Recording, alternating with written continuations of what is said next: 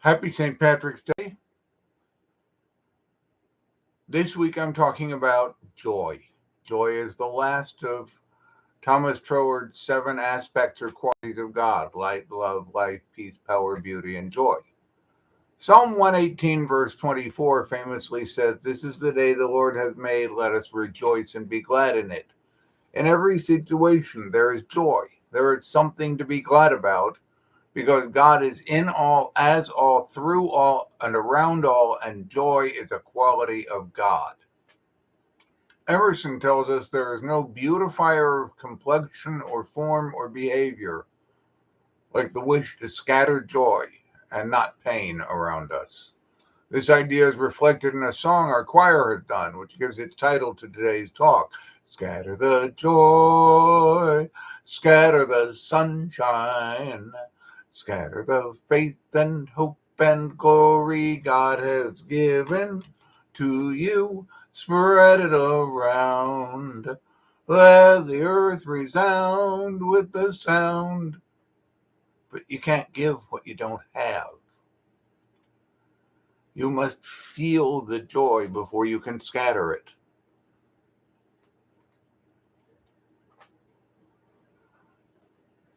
Can you rejoice and be glad in this day? Ernest Holmes tells us, no living soul can contribute one iota of peace or health or happiness to your life, and no living soul can take one iota away, only as you allow it to flow through your consciousness.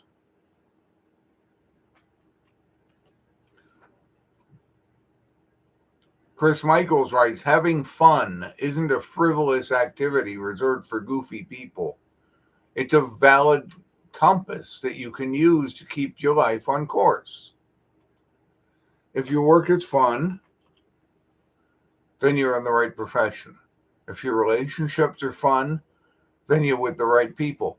If your life is fun, then you're living the right way. Use joy as your compass. Keep your life on track.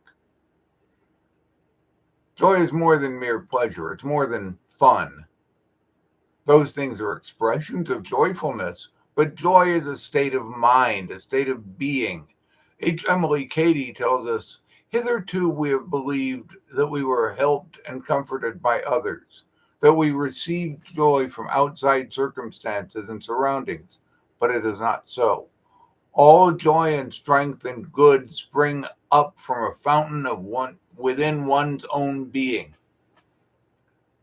Writers James Baraz, I hope I'm pronouncing that right, and Shoshana Alexander at the website Experience Life list 7 ways to experience joy. I will list their 7 ways. The commentary is mine. 1. Imagine happiness. We know that where your thought goes, your experience follows. When you imagine happiness, really imagine it at a feeling level, you feel it in your life. 2. Memorize happiness in your body. Internalize that feeling, institutionalize it, make it a part of you. Make happiness and pleasure and fun a full body experience. Commit yourself to be joyful with every fiber of your being. 3. Reframe your fate positively. The authors cite a study conducted by positive psychologist Dr. Martin Seligman. He asked participants who consider themselves severely depressed to write down 3 good things that happened to them each day for 15 days. 94% of subjects reported a decrease in depression, while 92% said their happiness had increased. 4. Strategically diffuse worry. Worry is the flip side of faith. It's focusing on the negative. Focus on the negative and your life will be more negative. Don't do that. 5. Experience the bliss of blamelessness. Now, let's break down the word blame. It breaks down to be lame. Blame is crippling. Holding people responsible is important, but don't get stuck in blaming. Let go of it for the good of all parties. You will feel more joyful. And I bet the other person will too.